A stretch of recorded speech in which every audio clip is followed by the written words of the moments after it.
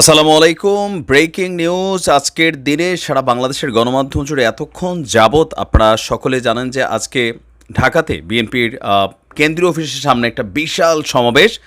আর গতকালকে থেকে আমরা গণমাধ্যমের বরাতে বা বিভিন্ন জায়গায় দেখেছি যে তারেক রহমান তিনি আজকে বাংলাদেশে আসবেন, আর এসে তিনি আপনার যে প্রোগ্রাম আছে সেই প্রোগ্রামে তিনি অংশগ্রহণ করবেন, এমনকি সেখানে বক্তব্য দিবেন। এই যখন অবস্থা, দেশের নেতাকর্মীরা সবাই যখন তার এই আগমনকে ঘিরে ফেসবুকে পোস্ট শুরু করেছেন, ঢাকার উদ্দেশ্যে রওনা করেছেন, এরই মাঝখানে দুঃসংবাদ হচ্ছে তারেক জিয়া দেশে আসছেন না। তাহলে কি কালকে আসছেন? না, কালকেও আসছেন না। কবে আসছেন সেইটাও এখনও শিওর না।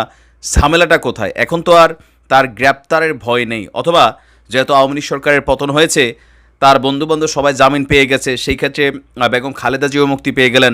তাহলে কেন, কী কারণে তিনি দেশে আসছেন না? দর্শক, এই মুহূর্তে আমরা সর্বশেষ যেই আপডেট পাচ্ছি, বাংলাদেশ থেকে যাবার পর তিনি যুক্তরাজ্যের যেই সিটিজেনশিপ নিয়েছেন বা সেখানে যে রাজনৈতিক আশ্রয় নিয়েছেন, সেই যে বিষয়টা, সেখানে কিন্তু বেশ কিছু আইনি বিষয় আছে।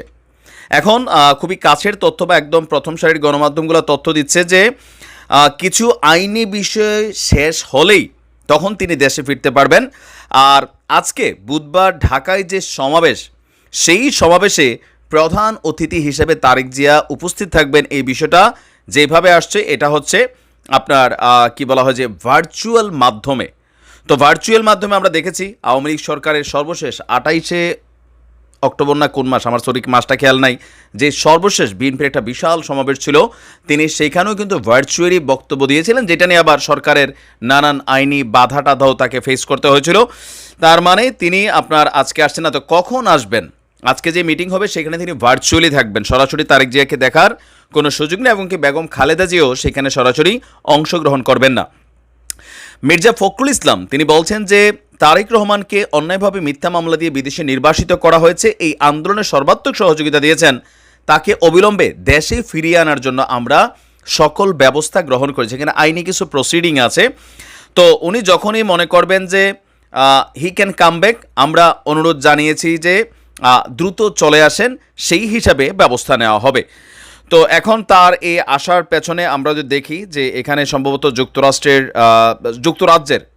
যুক্তরাজ্যের যে তিনি অবস্থান করছেন, সেখানে কিছু আইনি প্রক্রিয়া আছে। সেই প্রক্রিয়াগুলো শেষ হওয়ার পর প্রয়োজনীয় আনুষ্ঠানিকতা শেষ হলে যে কোনো সময় লন্ডন থেকে বাংলাদেশের উদ্দেশ্যে তিনি রওনা হতে যাচ্ছেন। তবে সময়টা আর দেশের রাজনৈতিক পরিস্থিতির উপর ডিপেন্ড করছে। সম্ভবত সাধারণ ছাত্র সমন্বয়করা এই মুহূর্তে তারা নানানভাবে এই মুহূর্তে তারেক জিয়ার দেশে প্রত্যাবর্তন, বিএনপির নেতাকর্মীরা যারা আছেন সবাই অপেক্ষা করছেন তীর্থের কাকের মতন। কিন্তু তিনি দেশে আসবেন এই খবরগুলো যখন গণমাধ্যমে আসছে, সেখানে আবার অনেকেই তারেক জিয়ার দেশে প্রত্যাবর্তনটাকে তারা নানানভাবে এটা নিয়ে মন্তব্য কিন্তু কমেন্ট সেকশনে আমরা দেখছি।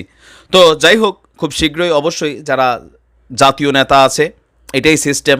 ক্ষমতা যখন নাই, এখন শেখ হাসিনা তিনি পলাতক, তিনি আবার বিভিন্ন দেশের কাছে আশ্রয় চাচ্ছেন, আবার আজকে তারেক জিয়া প্রবেশ করছেন, আবার হয়তো ক্ষমতার পালাবর্তন কখনো হবে, আবার শেখ হাসিনা বাংলাদেশে আসবে, জয় আসবে, আবার বিএনপি বা জামাতের নেতাকর্মীরা বাংলাদেশ থেকে ভাগবে।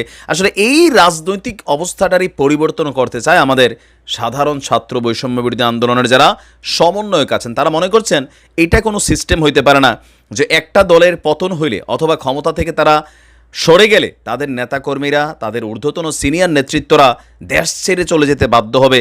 আইনকে ব্যবহার করে, আদালতকে ব্যবহার করে তাদেরকে হয়রানি, মিথ্যা মামলা, দেশ ত্যাগ থেকে শুরু করে যাবজ্জীবন রিমান্ড, ফাঁসি, এই বিষয়গুলো নিয়ে আসলে মানুষের মনে ক্ষোভ, কারণ এটা কোনো সিস্টেম হইতে পারে না। দেখা যাক সাধারণ সমন্বয়করা যেই নতুন রাজনৈতিক একটা বিবর্তনের ধারাতে যাচ্ছে, সেটা কতটুকু ফলপ্রসূ হয়, সময় বলে দেবে। ভালো থাকুন। আসসালামু আলাইকুম।